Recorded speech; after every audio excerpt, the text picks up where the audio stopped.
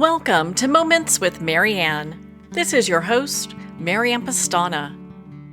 We're here today with special guest, Ron Blake, who's here to share with us his journey and the ghost of the Hotel San Carlos. So is it possible to write a ghost story in reverse? One that begins with a fictional story but ends with real-life experiences? Well, today's guest is here to share with us just that. Ron Blake graduated with an MPA from Indiana University, and he moved to Arizona, where he is an artist today. His medium is the human interaction he's had every single day for 3,640 days, walking up to and engaging over 34,000 complete strangers one by one on his mission across the U.S. and Mexico. Those spontaneous interactions are expressed as social practice artwork. Ron has also written more than 200 short stories, op-eds, and letters to the editor for a multitude of publications.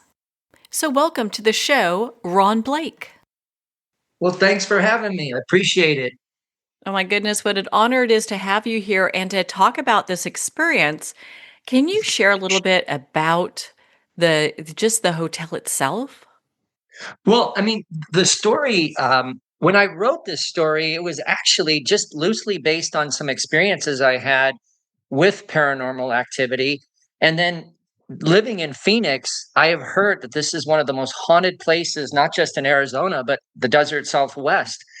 And I thought, I'm going to take my stories that I've experienced and merge it into the ghost of Hotel San Carlos. And so in some ways, it was a fictional story. And then in a weird way, by reverse, this became a ghost story. And I'll explain how that happened. But again, it started off as just for my editors, they wanted a Halloween story, a ghost story. And that's how it started. And like I said, I'll explain what happened. And it sent chills down my spine when I found out this is actually maybe more true than I expected it to be. Oh my goodness. Well, I'd love to hear how all this came together. So, yeah, share the story with us. Right. And so this was probably 2 months ago. I had to get something together for some of my editors that I've written for years, and they had requested a ghost story. So I thought, all right, I'll write a ghost story. But I also looked at some of my experiences I've had on. I've been on this journey for 10 years. Every day I go out, I meet strangers, I talk about a trauma that I went through that nearly killed me. And I go up to them. It's how I get through PTSD. It's my recovery journey, and I'm trying to get to a symbolic goal. But on the journey, I've had these moments where I met people, and they said to me that they felt like there was a presence about me. And sometimes they would talk about a glow, and I always just shrugged it off, thinking, "Oh, I have a vibrant smile." Like, and I'm coming up to these people, and of course I'm going to be happy because I'm engaging with people. I'm learning how to re-engage after the trauma. But when I looked back, when I started writing this story, I thought maybe this is more paranormal than I gave it credit for. So that was the muse to write this ghost story this year. I thought I'm going to take some of these experiences where people felt my presence. Even before I approached them, they said that they felt something about me. And it was, in some of their words, they used like eerie, it was strange, it was fascinating. And I used that in my ghost story this year. So once I finished the story, The Ghost of Hotel San Carlos, and again, I based it off of a really haunted spot in downtown Phoenix. But when I got done with writing it, it was probably a week later. I was at a coffee house meeting strangers on my PTSD recovery journey. And one of the guys, it turns out he is a paranormal expert, a ghost hunter. And he started asking me questions about where I got the muse, and he was asking me about some particular incidents where I met people and they sensed my presence. And then that's where it got really fascinating, and it got a little spooky for me because it's what he was asking me that started uncovering things that I wasn't really expecting. Um, and one of them, he asked me about, I had been in New Mexico State University meeting students, faculty, and staff in 2016, September. the university brought me in to speak to students and just randomly engage them on my recovery journey. And then they signed support on these giant boards I have. But I remember when I was approaching some of these students, I was sharing with this paranormal expert in the coffee house, and I said, yeah, there was this moment, and I was explaining it. And he started asking the details. He said, where was it? And I shared with him, and he got onto a Google search right there on his laptop. And he said, do you think this was the building you were at, that you were met these students that felt this presence with you? And I said, yeah, that looks like it. It was right by the bookstore. And he said, yeah, this is right across from the bookstore. And it turns out it's called Garrett Hall. And the students I met, the three of them were on the stairs at the time, the steps leading into this hall. And the guy said, were you aware that two students in the past have died by suicide there? And I said, no, I didn't I didn't study New Mexico State University in that much detail. I just went there. And he said, well, two students did die by suicide. And he said, one of them jumped off the bell tower and landed on the stairs where you were talking to those students. And I said, are you serious? And he was showing me pictures on his computer. And that's what really sent chills through me, because I thought, well, maybe this wasn't what I thought it was. Maybe these students, maybe there was something more to it. But I just remember I told friends later on, these students seemed, the word I used was like spellbound, like they were more than just captivated with me being there and sharing my story. It was almost as though, well, they said that they almost knew my story before I even approached them, but they also sensed something. They saw something different about me. And I started putting some of that together. And I told this paranormal expert, do you think there's anything to that? And he said, well, yes, I absolutely do. And then the other story I told him that I used to write The Ghost of Hotel San Carlos was in downtown Phoenix. There's this museum called the Rossen House Museum. And he was asking questions again about that experience. And I said, it's right in the heart of the city in a nice park. And when I walked up with my boards to meet strangers that day and share my story, there was a man and a woman. They were laying on the grass of this Rossen House Museum. And they told me something very similar to these students at New Mexico State University. They said, there's some kind of glow about you. And they said that they sensed something. And they said, it's just sort of strange that you're walking up to us. And I remember asking, like, why is it strange? And they said, because there's something different about you. And it's like, I don't think they used the word chilling, but they said, it's just something mysterious about you. And they both sensed it. And again, I wrote it off at the time, but I was sharing with a paranormal expert. I said, these were the experiences I used to write this story. And he said, he pulled up pulled up the Google search, and he said, were you aware that somebody that worked at the Rossen House Museum died there shortly after it opened? And it just, again, it sort of sent chills through me, because I thought these were the experiences that I used as the basis for writing this story. And he said, because I explained to him at the end of the story, the ghost story I wrote, that I talked about how I was the one that appeared as the ghost. And he said, I really believe that. He said, because he found out my history of, I survived a suicide attempt because of my trauma and PTSD. And I also had suicidal ideations for quite a long time and struggled with trauma. And I still struggle with trauma to get through it and the PTSD. But he said, mystically, I do think you're connected to these places. And he says, as a ghost hunter, as a paranormal expert, he said, I believe my colleagues would agree with me that this isn't just something random. And he said, I think maybe he was the one that coined it. He said, I think you've written this story backwards, like in reverse, where it was just sort of a figment of your imagination. You're using some experiences, but mostly it's fiction. And he says, it seems like it's actually a true story. You just changed it to this location called the Hotel San Carlos. So anyway, it just became a little chilling for me, because I thought, wow, it's not what I expected. But I mean, I was really glad he shared a lot with me. And but it is chilling. I mean, for him to even say at the end of my story, he goes, I agree with that. You were the one that was appearing as this ghost. And that's what they were seeing, is that, you just, I forget his exact words, but it was along the lines that you're the one that appeared as the ghost of these places, and that's probably what frightened them or chilled them or that kept them spellbound. So again, it's this is not what I expected after I wrote this story. But I mean, I'm glad I met this individual. Um, it just gave me a different insight into this story, but it was fascinating for me, the whole experience. Well, I'm so sorry that you went through those experiences. And for those that need somebody to talk to, that need a lifeline out there, please make sure to call the Suicide and Crisis Lifeline. All you have to do is dial 988. Again, that number's 988 from any phone.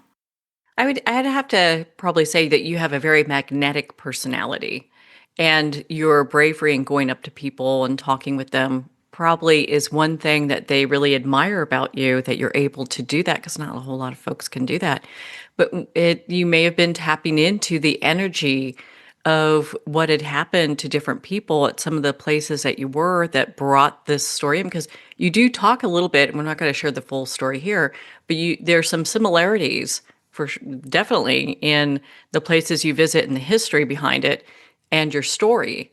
So seeing it that way and how you have been able to, I would say in some ways, maybe channel what has happened there, but in a way that brings about a new story, and you're able to put it in a way that people can kind of relate to, I think is quite amazing.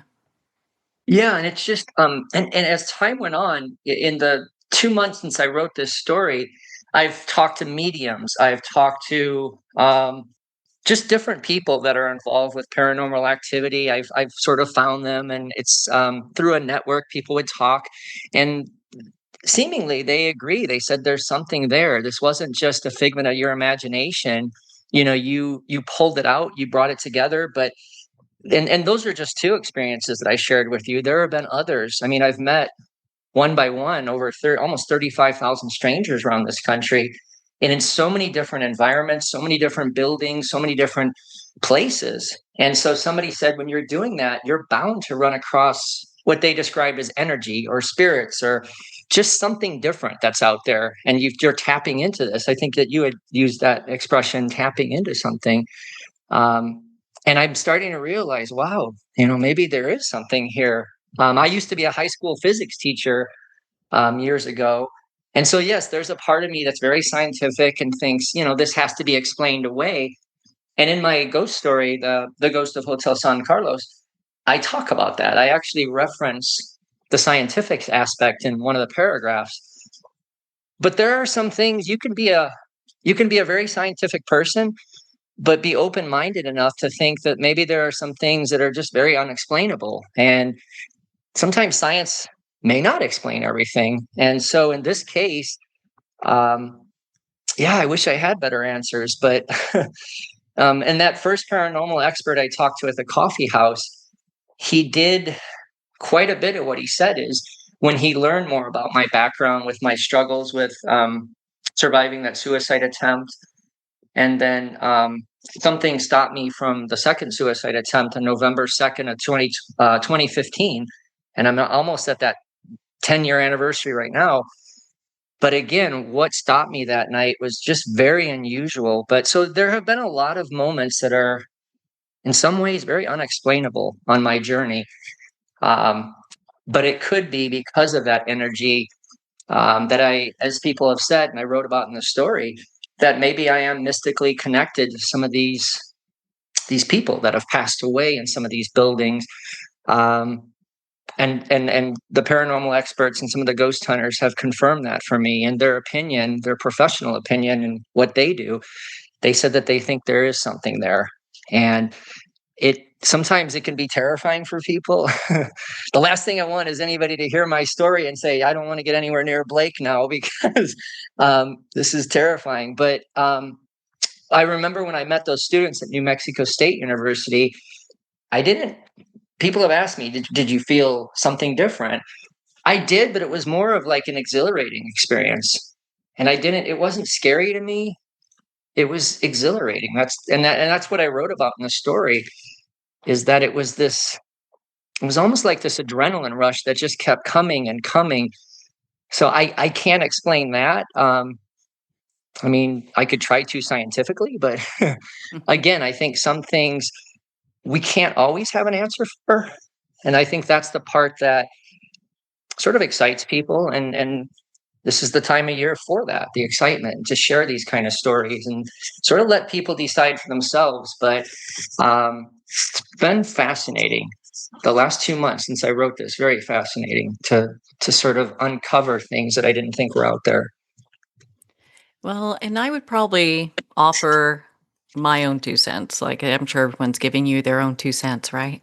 I think it takes a very to feel that energy and to be in those places. I mean, I would say you're probably like a very bright light that is coming into these different locations. And because not all ghost stories have to be scary. It could be a lot about love and returning home and hope. So I find it fascinating how your story, while there's some very scary aspects to it, and I'm so sorry that you went through times in your life where you were thinking of suicide, that must have been very, very hard.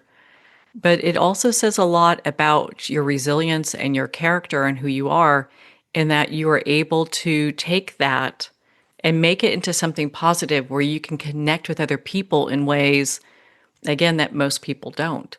I find that so fascinating. And I would probably offer that more than anything, I think you are just a very bright light and able to kind of connect in these ways, in these locations, in probably very powerful ways. Yeah, and I mean, as I'm going on this journey, Marianne, I am really fascinated by just like the people I meet, the stories they share back with me. And sometimes, yes, I think people, when they hear about the story I wrote, the ghost story, they think it's always got to be, it always has to be scary. And no, it doesn't. I think there's something too that you start uncovering. For example, the one paranormal expert said to me, and his understanding would be that maybe some of these spirits that are out there are connecting with me mystically just because there's something that they want to say, or they because of what I've been through, or something similar to what they've been through. And I wrote about in the Ghost of Hotel San Carlos, the true part of Hotel Sun, or the hotel there in downtown Phoenix. There was a woman, Leon, I think is her name. She actually did, and it was months after the hotel opened. She jumped off the seventh floor roof and she died by suicide. And it turns out she had struggled a lot with loneliness, depression, some other issues. And those were things that I struggled with a lot after my trauma. And so that's where this paranormal expert said, you do tie in very well to some of these places and the people that have died by suicide. And maybe mystically there's a connection. I can't prove that. I can't show that. I'm not a paranormal expert. Again, I'm just taking these moments that I've been through. But sometimes what it does is also offers us an opportunity for reflection in our lives to think, some of these things that we can't always explain by science. Is it a coincidence? Is it universe? Is it a higher power? I don't know. But I think that's why this time of year can be really exciting again for so many people, because um, we don't always have the answers to everything. We can try and try and try. Um, but you had talked about how some of these stories open up opportunities to learn more about love and connection. And so maybe that's what this whole experience of me writing this story and finding out about my experiences even more in depth is maybe hopeful for that people can see it and say, wow, um, is this about connection? Because as that paranormal expert said, maybe mystically I'm connected to these people, but if that helps others connect with people in everyday life, then that's great. Um, because I had struggled very badly. And I mean, even to this day, probably for the rest of my life, I'll have struggles with PTSD, but it has been about connection. And so when I've met all these tens of thousands of strangers and opened up to them, and they've opened up to me and signed support on my giant boards, it's helping both of us.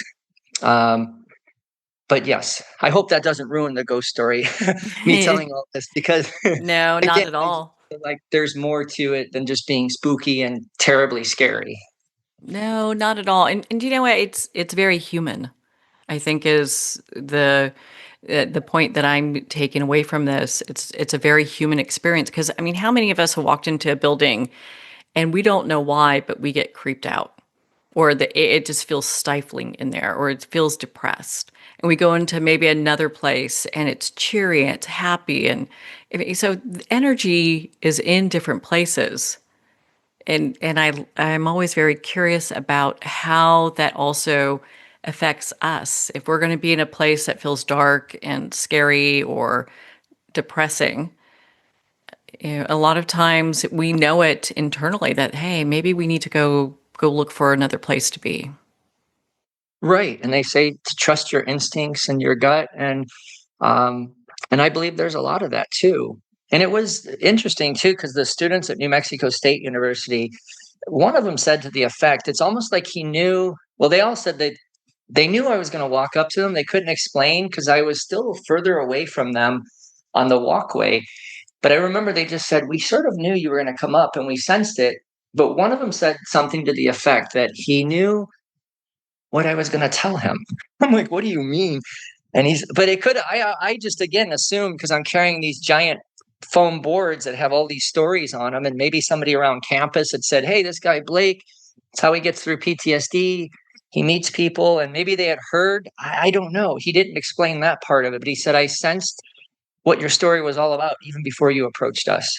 And so, but these are the things I can't go back now and find these students. Like, I guess I could try. That was 9 years ago, but it's really fascinating. As you said, sometimes you walk in a building and you just have this sense like maybe I shouldn't be here, maybe I should.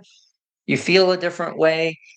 And those are the things that I think that's what makes life beautiful is that there are these moments and we don't always have to explain moments. Sometimes we can make it our own. We can create a story from a moment if we can't explain it. And that's really what I did is I took these moments I couldn't explain and made a ghost story. And then as it evolved, again, it was like having a ghost story in reverse where it was mostly fictional. And then it turns out maybe it's not so far fetched after all. And so that's what I learned from this paranormal expert. Um, but he also helped me say, hey, delve into this a little bit. You know, what's wrong with searching for things, especially those things that we can't always have an answer for to explain. Um, and there's a beauty to that, I feel. Well, why don't you share with us your PTS journey that you're taking right now? Is this still a journey that you're on? Do you still go to campuses and meet with people? Yes, and I shouldn't just say that I go to campuses. I've been to 37 college campuses around the country over the last 10 years. But in a way, it was very mystical how this whole thing started. Is that, again, it was on November 2nd of 2015 at 10:44 p.m. I woke up from, I always tell people from yet another nightmare because they kept coming in waves after the trauma. And on that night, almost 10 years ago to the day, I got out all my pills. I got my water bottle out and I knew I was ready um, because I just didn't know how to get through it. And I didn't want to burden my family and friends with the trauma that I was going through every night. So I was ready to end the pain. And for some reason, my TV was still on. And I can't explain it. I always leave it up to audiences what happened that night. I have an idea, but the timer malfunctioned, and it's the only night that happened. And to go into a deep enough sleep for a nightmare, you have to be asleep usually over an hour. And I would set my timer every night for 30 minutes. And it's possible that I screwed up that one night. I doubt it because I would always set it for 30 minutes and it would help me go to sleep.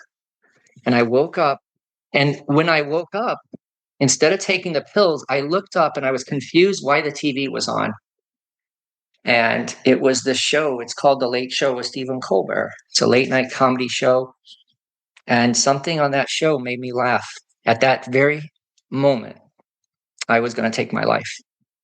And I paused the TV and it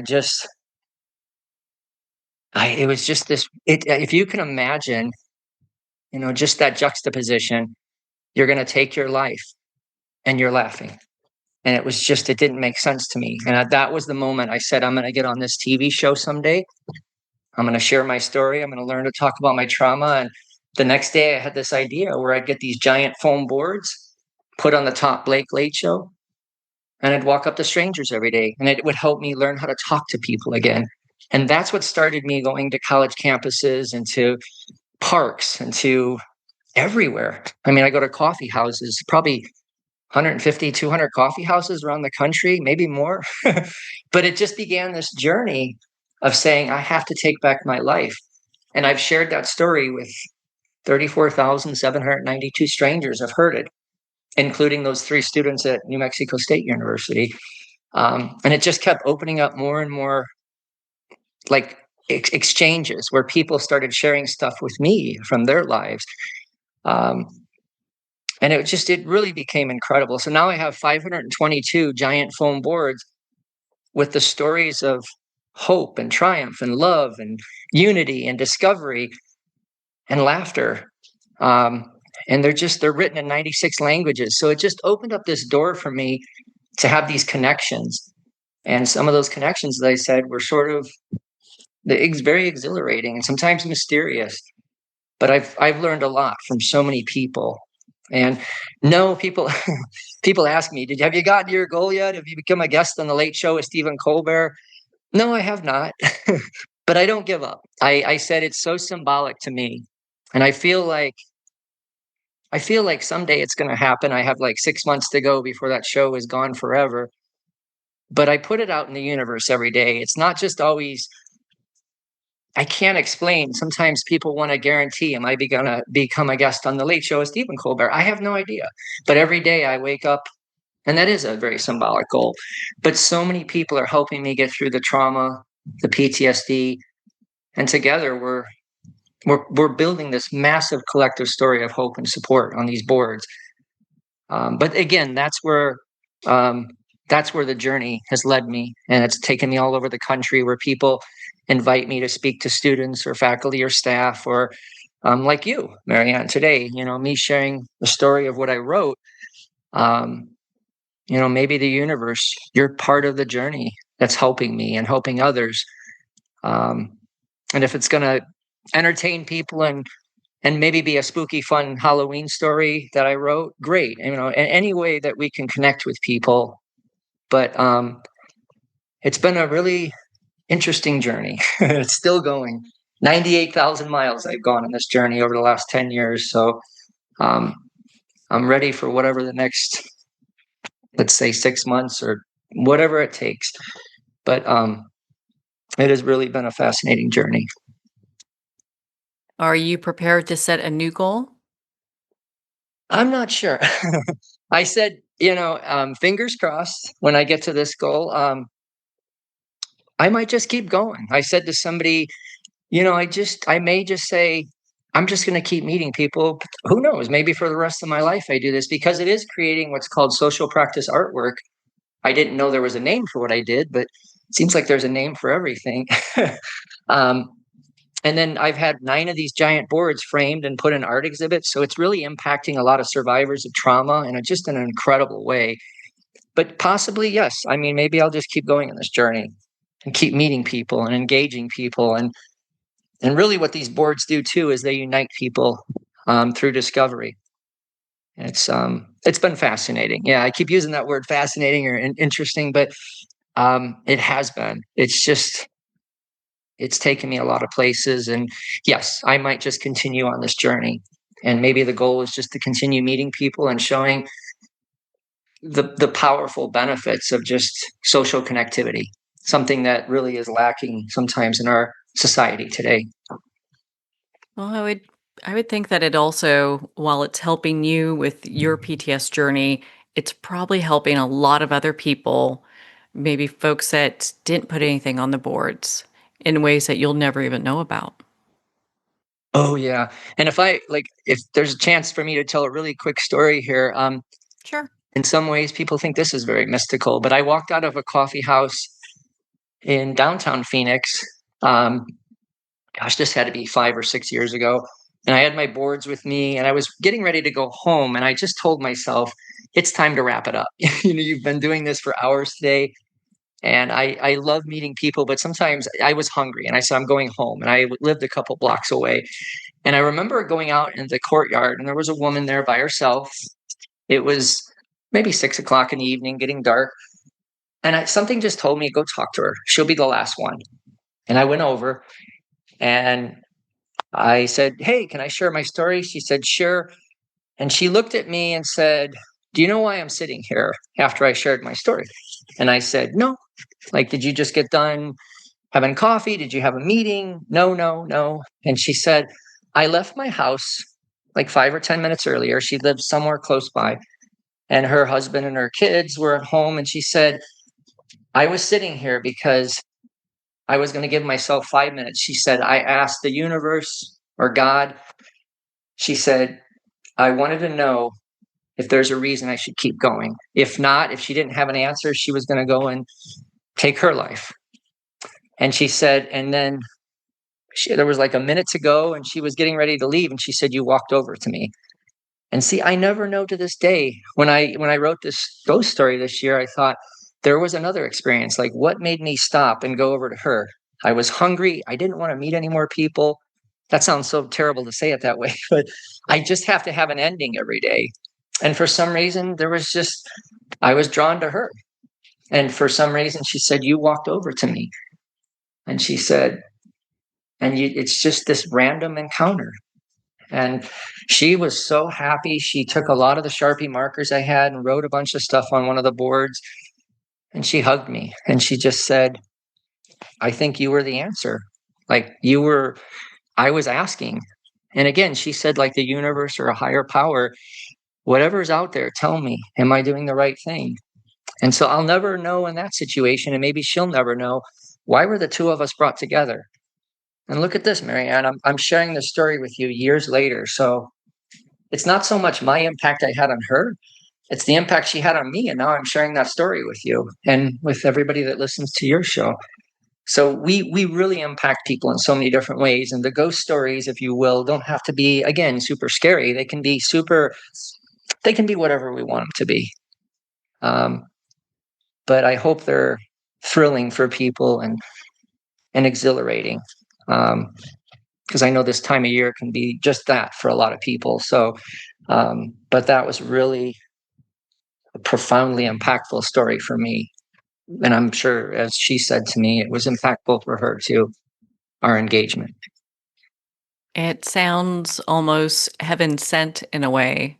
A guardian angel was pointing you that way. Go talk with this lady. Even though you didn't want to and you were tired, you followed your gut and did it.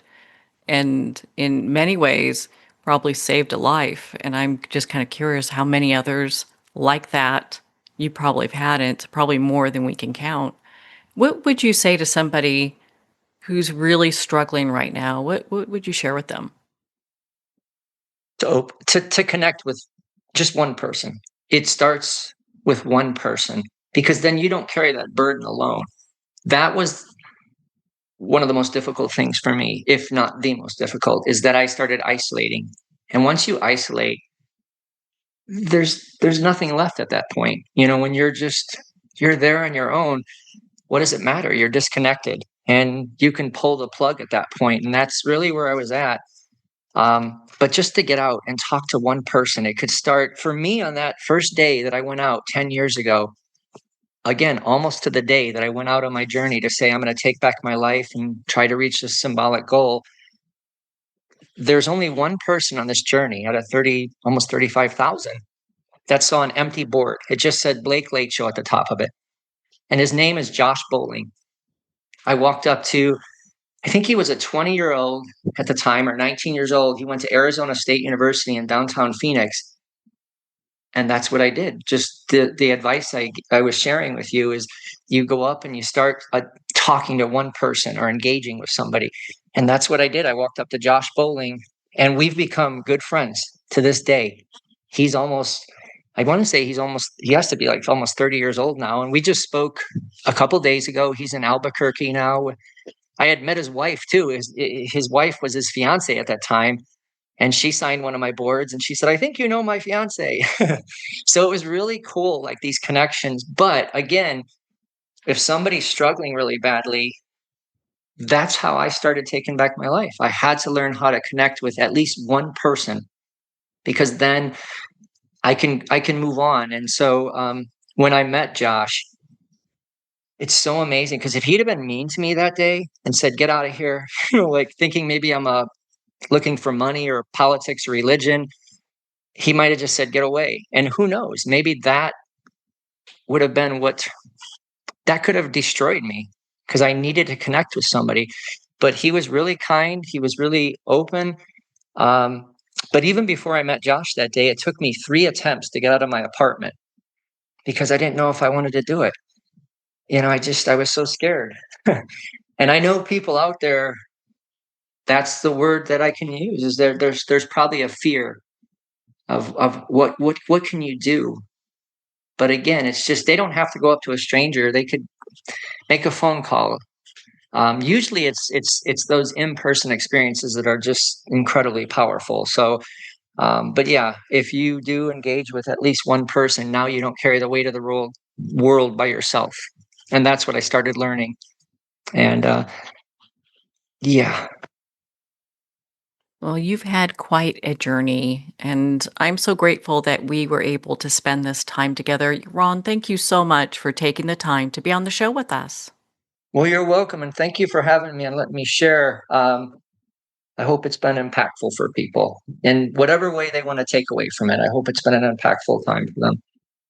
Well, thank you, Ron. It's been such an honor to spend this time with you and to talk about not only your journey, but your writing, The Ghost of the Hotel San Carlos.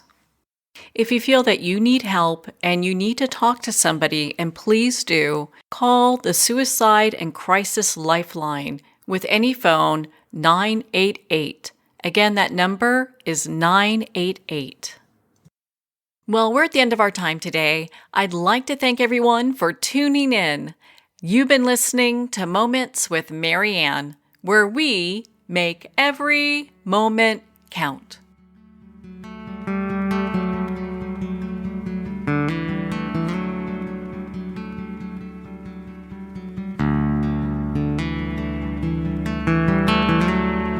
In a single moment, your life can change. Moments with Mary Ann is a transformative hour that covers an endless array of topics with the best of the best. Her guests are leaders in their fields, ranging from inspirational authors, top industry leaders, and business and spiritual entrepreneurs. Each guest is gifted and a true visionary. A recognized leader in her own work, and while teaching others to develop, refocus, and grow, Mary Ann will bring the best guest and sometimes a special surprise. Don't miss this. You never know just which moment will change your life forever.